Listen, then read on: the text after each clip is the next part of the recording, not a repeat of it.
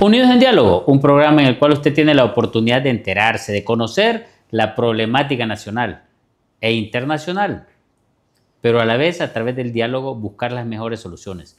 No hay mejor medicina para los problemas y para eliminar el subdesarrollo de un país que el diálogo. Mantenga un país en completo desorden, pleitos, divisiones, que nunca se va a levantar del subdesarrollo. Lamentablemente estamos en esa situación. Así que hoy estaremos hablando de la problemática nacional y cómo realmente nosotros como país tenemos la dificultad de mejorar lo que es las necesidades básicas que en este momento están insatisfechas en su mayoría, y las relaciones internacionales con los países que realmente pueden no ayudarnos, pero sí a través de la comercialización de nuestro país hacia otros países que tendríamos esas ventajas, podemos ir superando algunas etapas de nuestras vidas y mejorando y satisfaciendo algunas necesidades de los seres humanos que habitan este país. Eso lo vamos a analizar con nuestro invitado el día de hoy.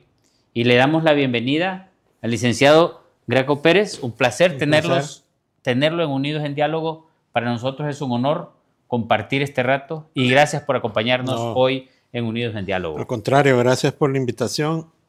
Un placer estar aquí y saludos a su audiencia. Siempre es importante este tipo de diálogo para que el público en general vaya entendiendo, en este caso, que es mi área de formación, cómo las relaciones internacionales pueden incidir en la realidad de un país. Porque lo vemos como un tema etéreo, ¿verdad? Lejano. Pero en realidad, actualmente creo yo, es todavía más determinante. Estamos en una coyuntura histórica, geopolítica y de política nacional que puede determinar el futuro de nuestro país en las próximas elecciones. Bueno, ya pasaron las primarias, ya en las generales, y dependiendo de las decisiones que tomemos como hondureños, así será el futuro del país. Ya vamos a profundizar sobre esa temática, licenciado, pero antes nos gustaría saber dónde nació el licenciado Graco Pérez, dónde pasó su infancia y cómo fueron sus estudios. Fíjese que bien interesante, porque yo nací en San Pedro Sula, pero cuando tenía unos 6 meses de nacido, se produjo el golpe a Villeda Morales.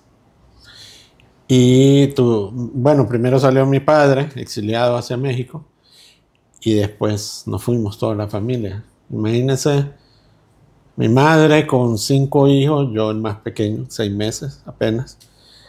Tuvimos que emigrar y pues crecí durante 5 o 6 años. Estuvimos en México, que nos abrió las puertas, y regresamos. Cuando yo regresé ya a primer grado aquí. Soy producto de la educación pública de aquel momento, que era muy buena.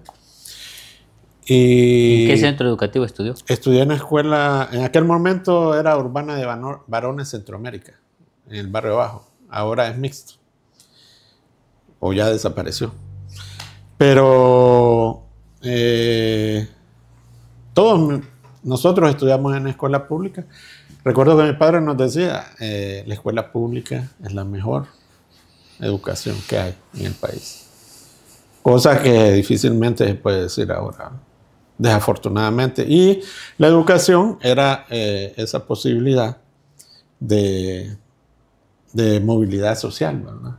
Todavía las parejas se casaban, estudiaban, tenían un futuro. Ahora difícilmente los jóvenes encuentran un futuro en el país. Entonces, es parte de las cosas que han cambiado, ¿no? Y fue cuando venimos a Tegucigalpa, aquel tiempo en el que uno podía, bueno, mi adolescencia, yo caminaba desde la Miraflores hasta la casa y no teníamos ningún problema. Eran una ciudad tranquila. Cosa que tampoco ahora los jóvenes tienen que vivir o encerrados o solo visitar lugares muy específicos y tener mucho cuidado. Entonces creo que vivimos un buen país y por eso sentimos ese cariño tan arraigado, ¿verdad? Por la patria. Incluso yo salí a estudiar al extranjero en varias ocasiones y mi papá siempre me decía, tenés que regresar. Porque lo que aprendas tenés que venir a dárselo al país. Cosa que tampoco ocurre ahora. Los padres le dicen, no volvás, mirá cómo te quedas afuera. Pero aquí no hay futuro. Lastimosamente, yo creo que hay que volver a ese tiempo, ¿verdad? Y no es que los tiempos pasados siempre fueron mejores, pero en este caso creo que sí deberíamos de recuperar por lo menos esa parte de seguridad y de esperanza para los jóvenes, que no tengan que pensar que se tienen que ir al exterior, especialmente muchos a Estados Unidos, poniendo en riesgo su vida para encontrar una posibilidad de mejorar su vida. De hecho, usted me trae recuerdos. Yo viví en la colonia Rodríguez, en Villadela, y joven iba a la iglesia del Calvario, por ejemplo. Cuando salíamos los sábados del grupo juvenil, nos íbamos caminando por toda esa calle Centenario hasta el Centenario, de regreso, y hay veces nos íbamos a una que otra fiesta en la zona, y ahora en el día da miedo andar en toda esa zona. Sí. O sea, es terrible lo que usted acaba de decir, por eso es que me hizo medio reflexionar y trasladarme a ese tiempo. Sí. Y luego sus estudios universitarios. Bueno, yo estudié Relaciones Internacionales aquí en Honduras. De las primeras promociones, puedo decir, la tercera, me grabé con la segunda promoción, primera de Relaciones Internacionales. Y luego saqué una maestría en Costa Rica en Relaciones Internacionales y otra en Taiwán, en asuntos asiáticos. Y apasionado en las relaciones internacionales. Tuve un paso fugaz por el tema de servicio exterior y conozco la realidad, triste realidad de la Cancillería hondureña y cómo se maneja la política exterior de nuestro país, que le debe mucho, ¿verdad?, a todos los hondureños, porque solo implica un gran gasto, porque no puede ser inversión, un gran gasto para el país.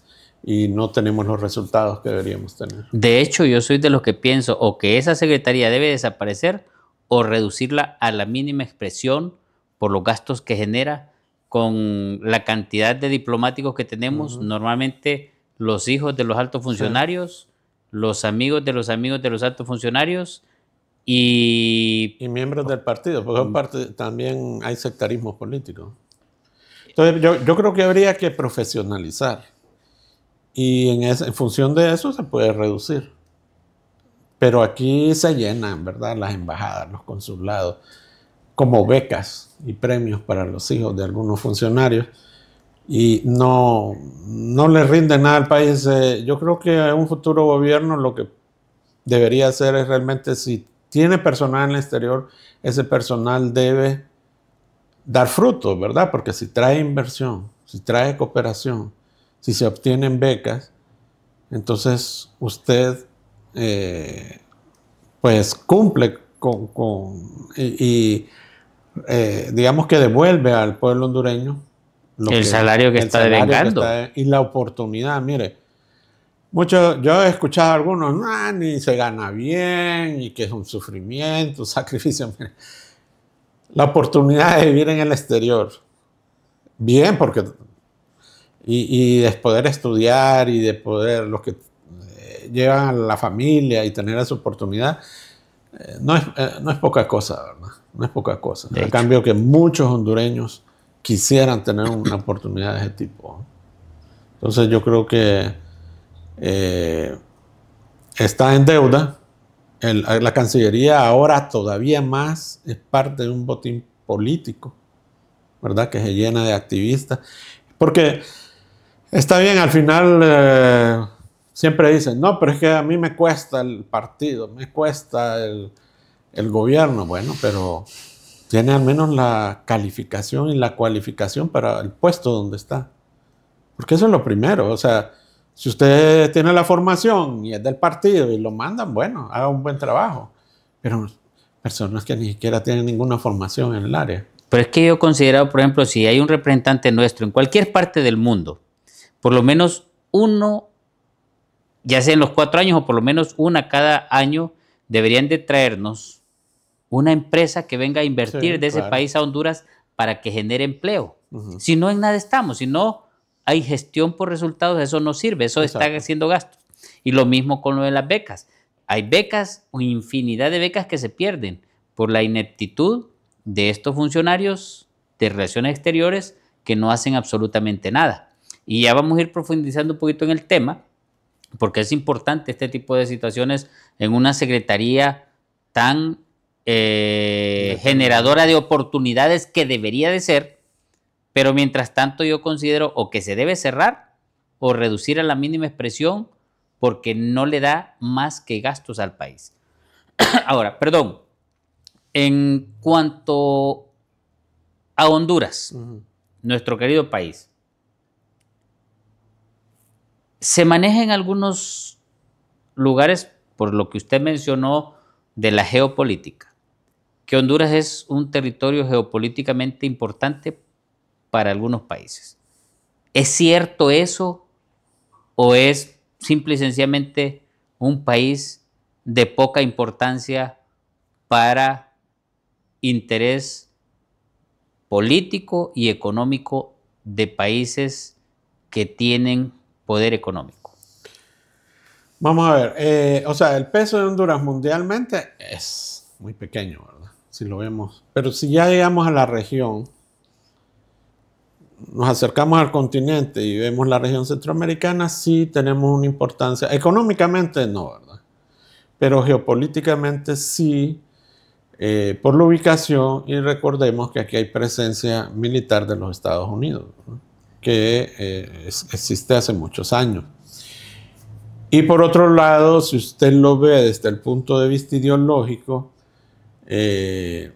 digamos que esa tendencia marcada de izquierda, entre comillas, de Venezuela, Cuba, llega hasta Nicaragua. Entonces, nuevamente Honduras es como esa frontera, ¿no?, entre un país todavía, al menos en práctica electoral, democrático, y los que no lo son, que es el caso de Nicaragua. Entonces, si a Honduras le sucediera lo mismo que a estos países que he mencionado, entonces avanzaría más ese tipo de sistema. Y luego hay un nuevo actor en la región, que es China, un actor muy fuerte. Rusia ha estado hace algunos años y digamos que está más concentrado en Venezuela, un poco en Nicaragua, pero China sí tiene muchas pretensiones en y soltó región. Un poco a Cuba. Sí. Y ahora está la presencia de China en la región. Y bueno, prácticamente ya en Centroamérica solo Guatemala y Belice mantienen relaciones con Taiwán. ¿Por qué cree que Rusia soltó un poco a Cuba en sus momentos? Mire, Rusia está pasando por momentos difíciles, ¿verdad? Históricamente ha tenido esos ciclos. En tiempo de la Guerra Fría era una base para ellos y tenían recursos más o menos. Ahora con la guerra de Ucrania ellos se han alejado un poco de esta región, siempre tienen presencia, pero están más concentrados en el tema de Ucrania y incluso Medio Oriente, ¿verdad? Lo han abandonado un poco. Porque lo abandonaron prácticamente casi desde que se cayó el muro de Berlín. El muro de Berlín, sí. Desde ahí más o menos viene un poco el aislamiento de Rusia hacia Cuba. Sí, porque es que recuerda que cae el muro de Berlín precisamente por las reformas que hizo Gorbachev, ¿verdad? De la perestroika y el glasnost, porque no podía sostener, o sea, tenía pretensiones de ser una potencia mundial, pero esa carrera con Estados Unidos no la pudo sostener, económicamente hablando. Cosa diferente con China. Y eso es lo que pretende precisamente el señor Trump, frenar el crecimiento económico de China, para que no se convierta en una potencia tan fuerte económicamente, Porque China al final su pretensión, aunque su actitud todavía no es tan belicista, sí se está preparando militarmente y sí es una amenaza latente, por ejemplo, para Taiwán. Y entonces lo que está haciendo es, ellos tienen un proceso de ascenso silencioso, ¿verdad? Ellos no quieren mucho conflicto, crecer económicamente, ya lo han logrado, y eso les permite ahora tener también una fuerza militar grande. Ahora, antes de que profundicemos con eso de China, incluso las relaciones en Honduras, Sí. ¿será que, por ejemplo, en relación al tema anterior, será que Rusia se retira de Cuba porque Cuba no le generaba prácticamente económicamente ninguna ventaja? Caso contrario con Venezuela, que le generaba la ventaja del petróleo. Y Cuba realmente generaba gastos. Porque tenían que sostenerle. Entonces, ¿dónde está eso del socialismo para sus socios si realmente lo que interesaba a Rusia es el petróleo de Venezuela? No el mantener un país amigo como el de Cuba, y que de ahí definitivamente Cuba decae económicamente un poco más. Sí, y se da la miseria que está viviendo la población cubana. Sí, la importancia de Cuba en su momento fue la cercanía a Estados Unidos por la base militar. Exacto, y tenía ahí, bueno, la crisis de octubre de los misiles que se produjo porque ellos querían instalar misiles en Cuba para alcanzar el territorio de Estados Unidos. Esa era la importancia.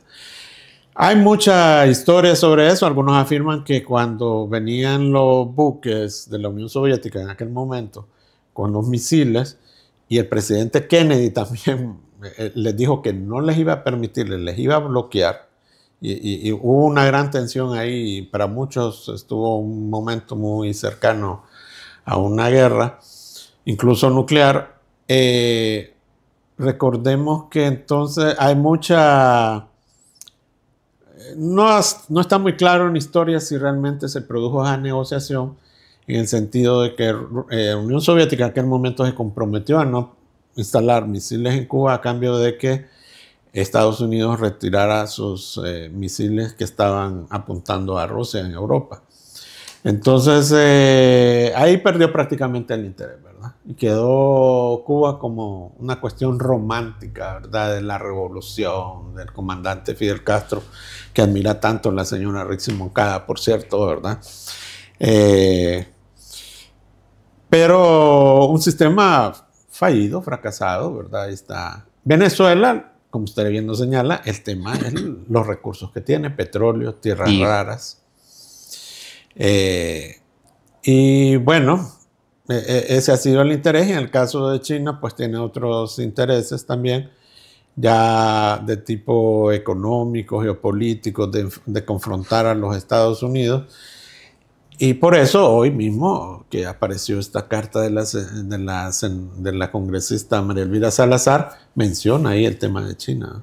Y cuando vino el secretario de Estado a la región, Marco Rubio, que no visitó Honduras y no visitó Nicaragua, habló del tema de China. Y a Guatemala la felicitó por mantener las relaciones con Taiwán. Entonces el tema China es un tema todavía importante, y creo que aquí, bueno, rompimos relaciones con Taiwán y no sabíamos, bueno, sí lo sabíamos, pero... El Salvador tiene relaciones con China. Salvador tiene relaciones con China. Guatemala no. Guatemala no. En Centroamérica solo Guatemala y Belice no tienen relación con China. ¿Y fueron los únicos dos países que no se les incrementó, sí? Sí, hubo un arancel de 10, pero El Salvador tiene su propia estrategia, ¿verdad? Usted sabe, con el tema de los migrantes y las cárceles y demás. Guatemala tiene también su estrategia. Nosotros es que hemos quedado aquí con el tema puramente ideológico. Tenemos relaciones con China porque somos países de izquierda. Antiimperialistas. Ajá, exacto. Ahora, yo le hacía la pregunta, vea usted la pregunta que yo le hacía en relación a la relación que tenía Rusia con Cuba. Y que a Cuba le salía como gasto más bien tener esa relación, sí. Y entonces mejora su relación con Venezuela. Claro. Rusia. Ahora, la pregunta es, y eso es a lo que nos queremos enfocar, por eso le hice ese panorama, ¿realmente a Honduras qué le conviene más? ¿Tener relaciones con Taiwán, con China o incluso tener relaciones más con China que con el mismo Estados Unidos. Y eso lo tenemos que analizar profundamente, porque a quien afecta, ¿a quién es? ¿Es al ministro o canciller o vicecanciller? ¿O a la presidenta? No, ¿O a los diputados? ¿O a los otros ministros? ¿O al que afecta es, por ejemplo, al que anda a pie? ¿Al que ya no puede comprar las tortillas que se han subido? ¿Al que ya no puede comprar huevos, carne y otras cosas? Y al que está siendo desplazado de sus tiendas de Comayagüela. Sí, ¿Cómo está esa? O sea, yo quiero que usted nos explique esa situación, porque como hondureños nosotros tenemos que analizar a profundidad y a través de un diálogo decirles, señores del gobierno, óiganme, no interesa que ustedes tengan sus relaciones personales con ellos, pero las relaciones internacionales deben ser realmente así como hacen los rusos. Los rusos no les convenía seguir gastando en Cuba e invierten en Venezuela porque económicamente les va bien. O sea, estamos hablando de finanzas, al final de cuentas, que es lo que sostiene un país. ¿Y qué sucede entonces con eso que le acabo de mencionar? ¿Qué nos puede ilustrar en ese sentido? Lo primero es la política exterior, las relaciones internacionales, lo que buscan es el interés nacional. O sea, Estados Unidos busca su interés nacional. Nosotros debemos buscar nuestro interés nacional. Pero aquí han confundido las relaciones personales, relaciones ideológicas con el tema, o sea, las ponen sobre el interés nacional. Entonces, si usted me pregunta, le voy a responder claramente. Para mí, estos 2 años, porque ya se cumplieron de 2 años de relaciones con China continental, no nos han dado ningún beneficio. Al contrario, si lo vemos y tomemos un caso bien específico, el caso de los camaroneros. Tenían su mercado en Taiwán. Se les vendió la idea de que China, con una población de 1.400 millones de personas, era un mercado inmenso para que ellos exportaran. Lo que no les dicen es que había que competir, en el caso de China, con países como Ecuador, que producen a mucho más bajo costo, que ya tienen todas sus procesos sanitarios, fitosanitarios, permisos y demás. Entonces, en la zona sur han cerrado al menos 65 empresas, se han perdido entre 14.000 y 15.000 empleos, se han reducido las exportaciones. Eso en un ámbito nacional. Ahora, si pensamos en el día a día, por ejemplo, las personas que viven en Tegucigalpa, Comayagüela o San Pedro Sula, Choloma, saben que están siendo desplazadas por los comerciantes chinos. De una forma,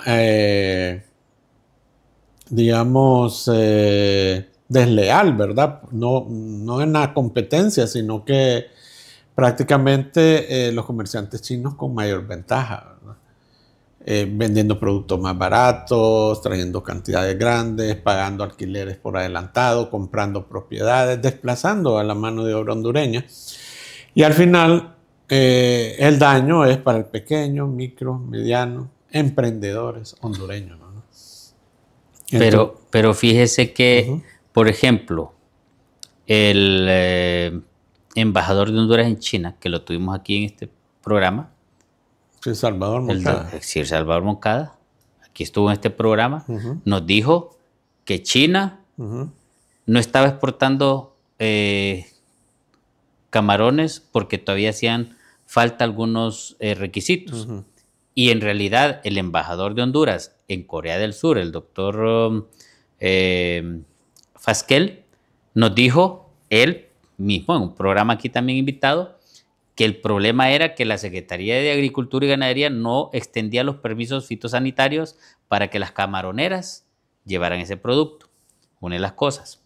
2, el embajador de Honduras en China, el doctor Sir Salvador Moncada, nos dijo muy bien que China está cooperando con Honduras, que el año pasado construyó 7 escuelas y que espera que este año construya 100 escuelas. O sea que sí están cooperando con Honduras. Bueno, yo tendría que ver esas escuelas. Para mí, hasta el momento, lo que hay es bastante publicidad, bastante promesa, bastante firma de documentos. Bueno, anunciaron hace poco que van a venir una ambulancia. 100 ambulancias. Sí, no, 298 ambulancias. Una para cada municipio, para cada se supone. municipio, exacto. Ahora, yo le hago esa situación en el sentido siguiente. Ajá. Usted me está mencionando que se perdieron más de 14,000 empleos en la zona sur. Se cerraron 65 empresas. Pero también, si usted se da cuenta, se cerraron otras maquilas que tenían relación con Taiwán en la zona norte. O sea, se perdió otra cantidad de empleos en la zona norte por eso. Sí. Y están perdiendo empleo. Nuestros comerciantes se están quejando en Comayagüela. Las vendedoras de la calle, las vendedoras que llevaban su tortilla, sus frijoles a la mesa, gracias al sacrificio diario de lunes a lunes o de domingo a domingo, día. Vendiendo sus productos día a día para poder agenciarse sus alimentos. Sí. Se están quejando porque ya no pueden ni siquiera llevar su tortilla por esta comercialización que están haciendo los chinos en lo que es Comayagüela. Sí, el edificio donde estaba Capriza, por ejemplo, ya no es de Capriza, está un comercio chino. Lo mismo, creo yo, donde antes era el Nilo y otras cosas más. O sea, la gente está siendo desplazada. Entonces, ¿qué futuro tienen Honduras con este tipo de comercio? ¿Qué productos le llevamos nosotros a China si realmente lo que estamos haciendo es perdiendo? Y vamos a llegar a un momento aparentemente económico en el cual no vamos a tener ni la capacidad económica para adquirir ni esos productos chinos al final de cuentas porque perdemos el empleo. Es que eso es parte de la estrategia de China, ¿verdad? ¿Qué es lo que quiere China precisamente? Y qué es la práctica que ha tenido en otros continentes como África y otros países aquí mismo en Sudamérica. O sea, ellos endeudan al país y cuando llegan a hacer una obra de infraestructura, por ejemplo, o hacen préstamos, después no se les puede pagar. Entonces hay que concesionarles por 100 años. Entonces prácticamente toman el control, ¿verdad? Aquí se habló mucho de las sedes y prácticamente se entrega, otros países les ha costado eso, entregar su soberanía a China. ¿Tras de qué anda China realmente en Honduras? ¿Qué es lo que tenemos nosotros en Honduras que a los chinos les interesa? Lo primero era el tema de quitarle un aliado a Taiwán. Y lo lograron, ¿verdad? O sea, porque después de tener más de 80 años de relación con Taiwán, se rompen relaciones y entonces ya se desconoce a Taiwán como país. Y Honduras, en todo su relación, usted escucha que habla de una sola China. Bueno, Taiwán hizo las Clipper que están aquí en Tegucigalpa, las clínicas periféricas de emergencia que pertenecen al hospital escuela, las hizo Taiwán. Muchas salas del hospital las hizo Taiwán. Sí, varios lugares de la universidad los ha construido Taiwán. Muchas donaciones, mucho apoyo fue de Taiwán. Y en lo que hemos tenido ahora con China es puramente, como le digo, retórica. Aquí se nos quiere vender esa idea. Yo creo que este año, como es un año electoral, se quiere sostener ese cuento chino, porque eso es, de que va a venir inversión, aquí va a venir prosperidad, infraestructura, cooperación, y entonces es la panacea. El futuro de Honduras está en sus relaciones con China. Y está comprobado que eso no es así. Mire, sacrificar el mercado que teníamos seguro para irnos con China y sufrir estas consecuencias económicas no tiene ningún sentido. Además, si lo vemos geopolíticamente hablando, la guerra comercial que ya declaró el señor Trump contra el mundo y por supuesto China, o sea, nosotros nos pusieron el 10 de arancel, China anda más de 50, 56 por ahí de aranceles. Entonces, ¿qué futuro puede tener esa relación con China? Más bien nos causa problemas en nuestra relación con Estados Unidos. Y eso que todavía no se ha firmado es el Tratado de Libre Comercio con China. Mire, solo se rompió relación con Taiwán y miren lo que está sucediendo con la presencia de chinos y comerciantes chinos. Si se llega a firmar el Tratado de Libre Comercio con China y entran productos aquí que nos van a invadir y nos van a destruir la economía, y por otro lado van a poner en riesgo unos tratados de libre comercio que tenemos con otros países, el mismo Estados Unidos, porque esa relación nos puede afectar, y también por reglas de origen, si viene mucho producto de China y aquí son reexportados a Estados Unidos, entonces eso nos va a causar muchos problemas. Entonces, ¿cuál es el futuro de esa relación? Yo lo veo preocupante, y yo creo que de los 3 candidatos de los partidos más fuertes, solo una, que es la señora Rixi Moncada, estaría dispuesta a fortalecer esa relación con China. Claramente lo ha dicho el señor Nasrallah, que él volvería con Taiwán. Veremos si es posible, pero al menos enfriaría las relaciones con China. Y en el caso del señor Narria Fura, me imagino que mantendría las líneas que se mantuvo en el pasado, también con relaciones con Taiwán. Bueno, nos vamos a ir a una pausa. Cuando retornemos, vamos a profundizar un poquito más en esa situación que usted mencionó con la relación con China. ¿Qué futuro nos espera como país si realmente no se analiza correctamente lo que es las relaciones entre Honduras, China, Honduras, Estados Unidos, Honduras, Taiwán, y Honduras con los países que realmente consumen productos de Honduras? Porque hasta el día de hoy no sé qué producto le estamos vendiendo a China. Así que... Se le vendió un poquito de camarón, un poquito de café. Y ya. Que no es suficiente. No. Entonces, cuando vengamos de la pausa, vamos a profundizar en eso, porque lo que queremos es lo que Rusia hizo. Rusia rompió prácticamente su ayuda, su cooperación con Cuba, y mejoró su relación con Venezuela porque está el petróleo, sacando petróleo. O sea, la cuestión es económica. Y pues nosotros hay que ver con quién realmente nos conviene tener estas relaciones de país. Vamos a la pausa en Unidos en Diálogo, ya retornamos. Unidos en Diálogo, un programa en el cual usted tiene la oportunidad de conocer, enterarse de la problemática nacional e internacional, pero a través del diálogo buscar las mejores soluciones. Hoy estamos hablando de un tema muy importante, las relaciones internacionales que Honduras tiene, y nuestro invitado de lujo, el licenciado Graco Pérez. Así que para nosotros es un honor realmente tenerlo y hablar de estos temas. Al irnos a la pausa mencionamos lo de China, sí, pero hay algo que no se nos puede olvidar. Un documento que está firmado desde la época en la que Osvaldo López Araviano fue presidente, y ratificado con la firma de Carlos Flores Facusé, donde Honduras es un territorio de seguridad nacional de Estados Unidos.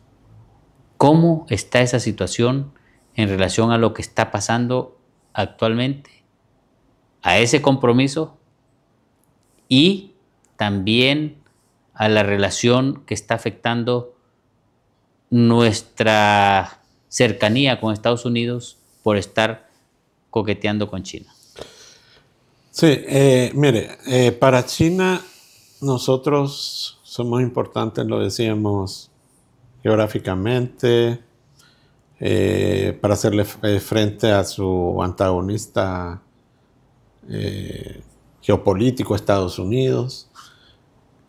Pero hay que entender, si nosotros nos imaginamos la región, o sea, Estados Unidos, luego está Centroamérica, bueno, México, Centroamérica y las islas del Caribe.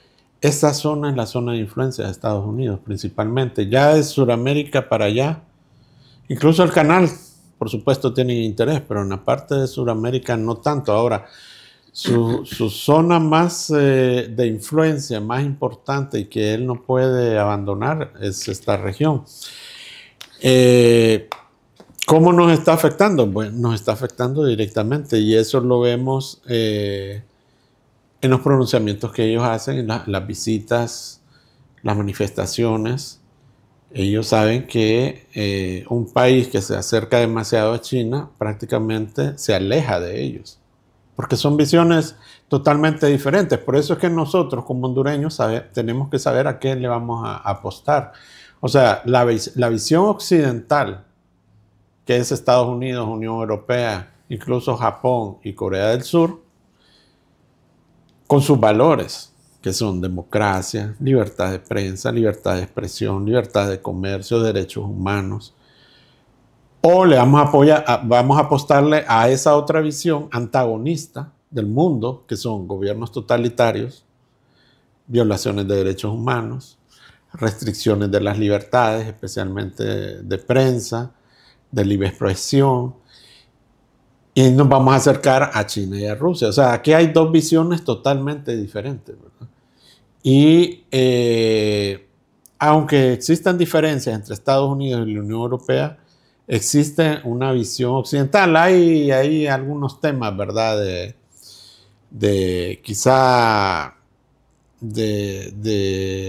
Especialmente en el campo militar y diferencias, pero la visión de democracia, de libertades y demás son compartidas. Entonces, a eso es lo que nosotros le debemos apostar. Y en el caso de Taiwán, es un país muy occidentalizado, ¿verdad? Democrático, de respeto de derechos humanos y todo lo demás que nosotros compartimos. Con China no compartimos absolutamente nada de eso. Y es un territorio desconocido totalmente para nosotros. Nunca hemos tenido relación con China hasta ahora, 2 años, y eso no nos permite conocerlos, ni su forma de pensar, ni su forma de negociar, ni su forma de manejar empresas, nada. Desconocemos totalmente, y a eso le sumamos la poca o ninguna profesionalización de la Cancillería, pues entonces para nosotros es un territorio desconocido. Por eso sorprende que querramos firmar un tratado de libre comercio tan rápido, apenas a 2 años de relaciones, cuando México, que es un país grande, no tiene tratado de libre comercio con China y no lo necesita. El Salvador, que tiene más tiempo de tener relaciones con China, está por la primera ronda de negociación. Y aquí hay una gran presión para firmar ese tratado de libre comercio. ¿Se irá a firmar en estos 7 meses de gobierno que queda? Yo espero que no, pero parece que existen grandes presiones. O sea, yo no lo descartaría. Y si se firma, ¿qué nos espera? Tiempos difíciles económicamente hablando. Y deterioro de la relación con Estados Unidos, que han querido en los últimos días dar la impresión de que es muy armónica y ya se está mejorando mucho, ¿verdad? Que es una ilusión, que va a desaparecer el próximo 9 de abril, cuando sea el traspaso de la presidencia de la CELAC de Honduras a Colombia, porque están invitando ahí a un montón de personajes que seguramente van a traer muchos discursos incendiarios, ¿verdad? Y brindar apoyo, por supuesto, al gobierno de la señora Xiomara Castro y a su candidata Rixi Moncada. Y eso nos va a traer consecuencias. Es importante que vamos a hablar un poco más adelante sobre eso de la CELAC. Pero en situación lo que le mencioné del documento firmado entre Honduras y Estados Unidos, donde Honduras es territorio de seguridad nacional de Estados Unidos. Sí, Honduras es parte como le explicaba, es la zona de influencia de Estados Unidos y es parte del interés nacional para la seguridad de Estados Unidos. En muchos ámbitos, ¿verdad? No solo es el tema territorial, porque ahora fíjense que si recordamos hablando de Cuba, en aquel momento el alcance de los misiles que podían tener al territorio de Estados Unidos, ahora con la tecnología que hay, que le pueden poner una base aquí en Nicaragua y están súper más cerca. Luego está todo el tema de cercanía y seguimos siendo, como le digo, una zona importante para la seguridad. También en el tema, por ejemplo, de lucha contra el narcotráfico, en el que Estados Unidos triangulaba supuestamente con Honduras, bueno, Estados Unidos, Honduras y Colombia. Y el otro tema es lucha contra el terrorismo, porque aquí como hay mucho flujo migratorio, y todo es la visión del señor Trump, ¿verdad? Que a veces no entendemos. Nosotros vemos a nuestros migrantes y claro, sabemos que son personas que están buscando unas mejores condiciones de vida, pero a veces por aquí circulan venezolanos, cubanos y de otras nacionalidades sin ningún control. Y eso es una amenaza para Estados Unidos. De hecho, si usted tiene conocimiento del mapa donde están las rutas aéreas del transporte de drogas antes del 2006 y en el 2014, 2016, 2017, no sé si usted supo que habían diferencias. Sí. Y de hecho, parte del fracaso, e incluso lo mencionó la hija de Juan Orlando Hernández en estos días, de que parte de esa negociación que entregara a Juan Orlando era para evitar que se hicieran tratados de libre comercio y relaciones con China. Eso lo dijo la hija de Juan Orlando Hernández, no sé si hoy, en las redes sociales o ayer. Uh-huh. Yo se lo menciono por lo que usted acaba de mencionar de las drogas. Es más, se menciona por ahí otras situaciones que se están dando en ese sentido. O sea, ¿cómo internacionalmente Honduras está siendo manchada por todo este tipo de situaciones? Bueno, la imagen internacional de Honduras es muy mala, ¿verdad? Pésima. Fíjese que en el caso que usted menciona, en el pasado Honduras intentó tener relaciones con China, pero China no quiso. De hecho, durante la presidencia del señor Porfirio Lobo, entiendo yo, viajaron y le propusieron a China tener relaciones y China les dijo que no. O sea, China es cuando ellos querían. Entonces, ahora encontraron una coyuntura. Y ahora digo, era el gobierno del señor Biden, un gobierno demócrata, más flexible. Aquí el triunfo del Partido Libre y toda esa expectativa, ¿verdad?, de mejorar económicamente con China. Y eso permitió que se rompiera con Taiwán. Pero es cuando ellos quisieron. Cuando ellos quisieron. Luego la imagen internacional de Honduras, con todos estos temas de narcotráfico, con la cercanía con países como Venezuela, Cuba, Nicaragua, que no son democráticos, obviamente, violadores de derechos humanos, con dictadores al frente de la nación, afecta, por supuesto. Y luego temas de desarrollo, ¿verdad? Y en relación a temas de desarrollo y corrupción. En relación a temas de desarrollo, ¿qué intereses pueden tener los inversionistas internacionales, empresas de otros países, en venir a generar empleo a Honduras en estas condiciones? Ninguno. Y entonces, ¿quién se perjudica al final? Al pueblo hondureño. Sí, de hecho, ese es el problema, que no solo no hemos atraído inversión, se ha ido la poca inversión que había extranjera. Y al final el pueblo hondureño es el que sufre, porque no se está generando empleo. Entonces, y hay que entender, los que generan empleo es la inversión nacional y extranjera. La nacional, creo que timorata, no quiere hacer ni. Y sí, temerosa y muy cautelosa. Y la extranjera, pues, por lo tanto, si ni siquiera hay inversión nacional, menos va a venir un extranjero a arriesgarse. Cuando hay otras posibilidades en la misma región, en el caso, digamos, El Salvador puede ser más atractivo, Costa Rica puede ser más atractivo, la misma Guatemala. Entonces, ¿por qué van a venir a Honduras? Por eso es que hay que crear condiciones y hay que trabajar con los países amigos. Por ejemplo, en el caso de Estados Unidos, no es solamente el tema de que nuestros migrantes generan casi 9,000, 10,000 millones de dólares, sino que, o sea, más que generación de divisas, más que la producción nacional prácticamente, sino que hay que hacerle entender a esos gobiernos que si invierten en nuestro país y mejoran las condiciones en nuestro territorio, menos personas van a querer irse. Y mejora la seguridad, mejora la salud, mejora la educación. O sea, solo con el hecho de ellos ayudarnos con inversión, pero hay que brindarles condiciones, seguridad jurídica, seguridad hasta personal, para que puedan venir las empresas. O sea, mire, los países que han logrado desarrollarse, por ejemplo, que se hablan de milagros económicos, Singapur, Japón, que digamos el caso de Japón, que pasó por destruido durante la Segunda Guerra Mundial, es el único país que ha recibido bombas atómicas. Y en 50 años era un país ya de primer mundo.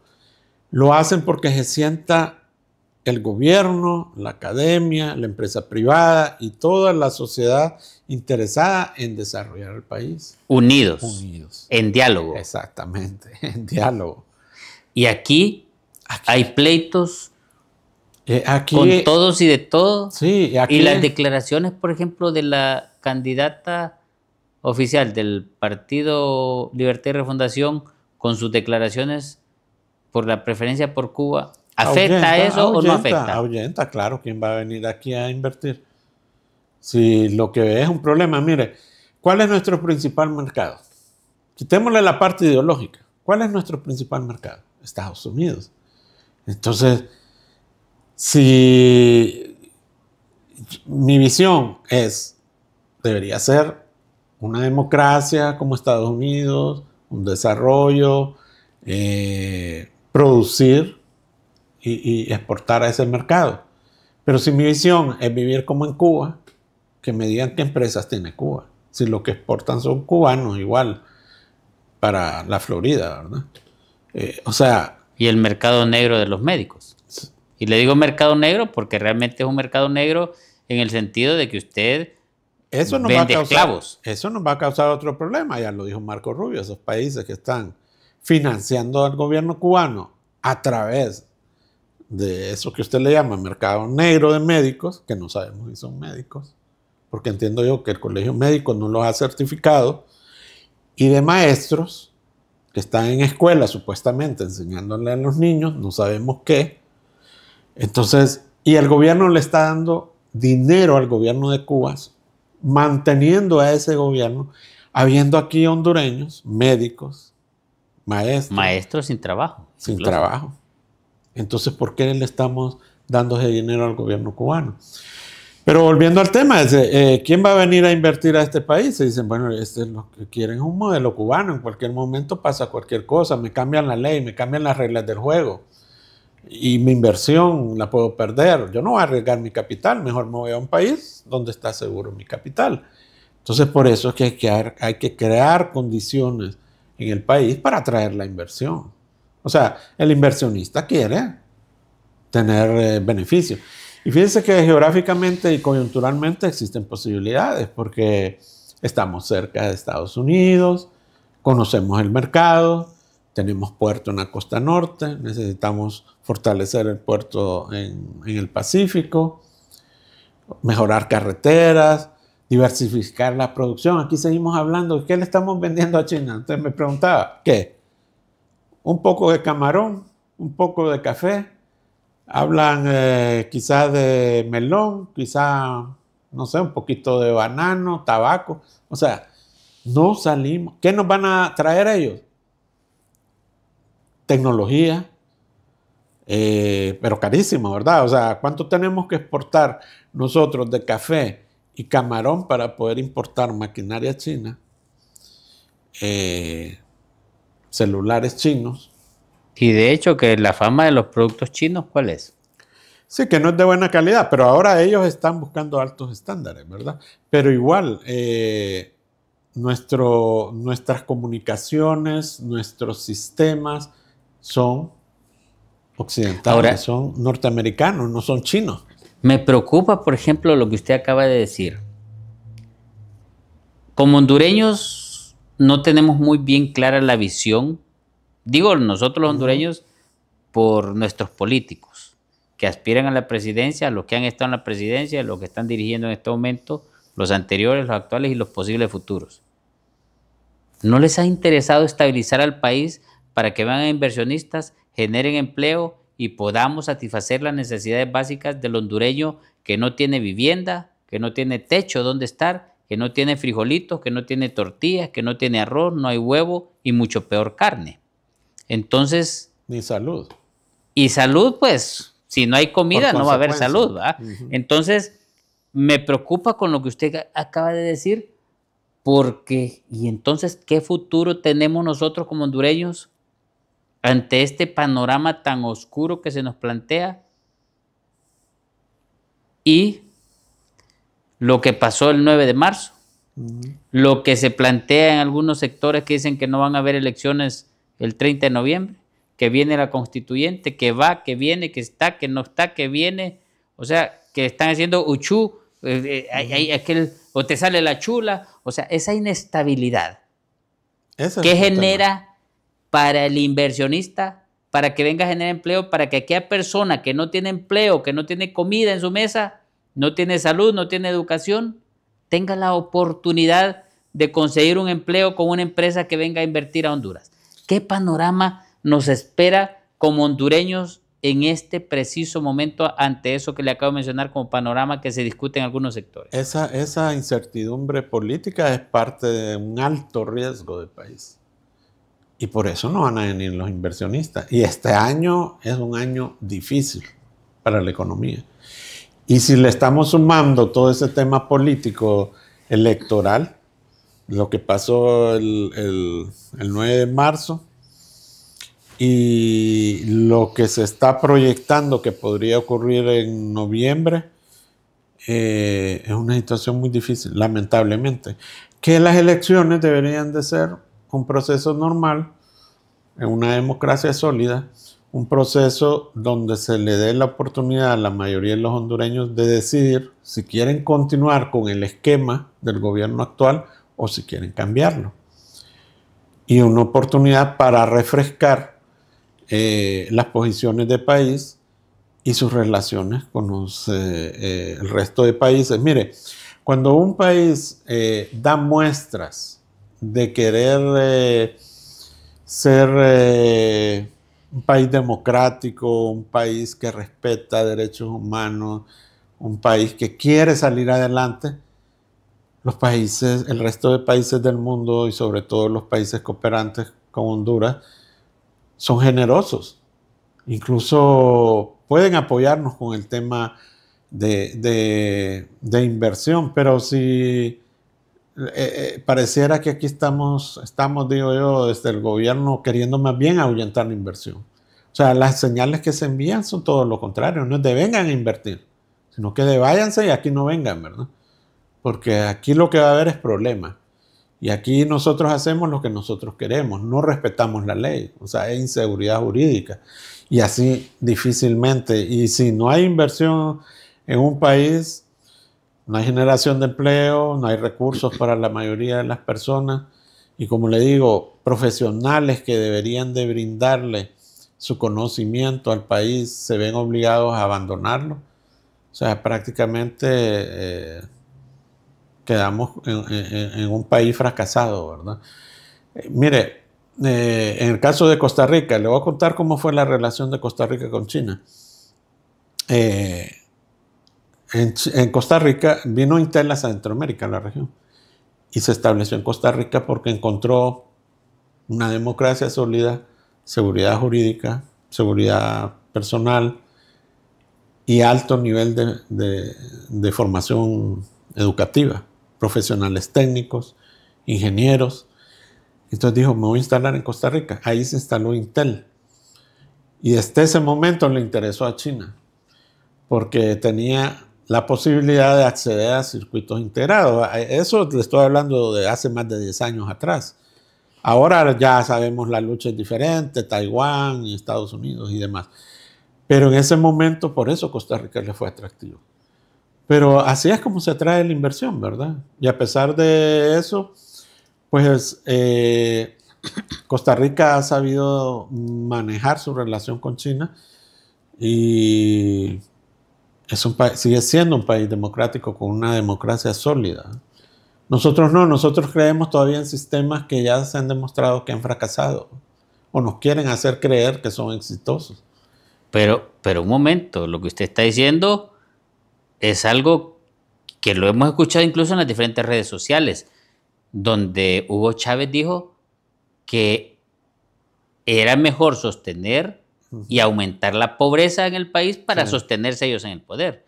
Lo dijo AMLO en México, lo dijo Petro, lo dijo Lula y lo dijo cada uno de los presidentes que han habido en la región y que tienen la tendencia progresista, entre comillas, que yo siempre lo he dicho eso, que de progresistas no tienen nada, pero usted con lo que me está diciendo entonces es que lo que queremos es aumentar la pobreza en Honduras para seguir dando dádivas, bolsas solidarias, canastas solidarias, sacos solidarios y estar llevándole, o sea, aumentar la pobreza para quedarnos en el poder. La dependencia en el gobierno, porque así el gobierno tiene control de los ciudadanos. Porque usted come si el gobierno quiere. Y la forma única que el gobierno le va a dar esa bolsa es que usted vote por él, lo apoye o salga a la marcha, ¿verdad? O salga a gritar, a defender a los que están en el poder. No quieren que el ciudadano sea un emprendedor, que el ciudadano tenga oportunidades y que el sistema le dé las oportunidades de desarrollarse, porque esa es la obligación del gobierno. O sea, el gobierno no tiene obligación de darle trabajo a todos los hondureños, ni tiene la capacidad, pero sí tiene la obligación de crear las condiciones para que los hondureños podamos desarrollar toda nuestra capacidad. Ahora, ya estamos llegando al final. Sus conclusiones y palabras finales, licenciado Braco. Bueno, en el momento electoral yo creo que las conclusiones deben ser electorales, que el pueblo hondureño tiene que meditar, pensar bien qué es lo que quiere. Si todavía no está convencido de cuál es el modelo que le quieren vender en el próximo periodo presidencial al pueblo hondureño por parte del gobierno actual, que busquen ahora en las redes, en internet. Ahora la información es accesible y piensen si quieren vivir así, si están dispuestos a sacrificar, si estamos dispuestos a sacrificar nuestra libertad, nuestro país, y vernos obligados a emigrar, casi como vemos a los venezolanos que cruzan por nuestro territorio nacional. Muchas gracias por habernos acompañado. Quiero, decirle lo que para nosotros significa Unidos en Diálogo. Porque en Unidos en Diálogo creemos firmemente que el diálogo sincero y la participación ciudadana son las herramientas clave para poder construir un futuro más justo y próspero para todos y cada uno de nosotros los hondureños. Hasta el siguiente programa.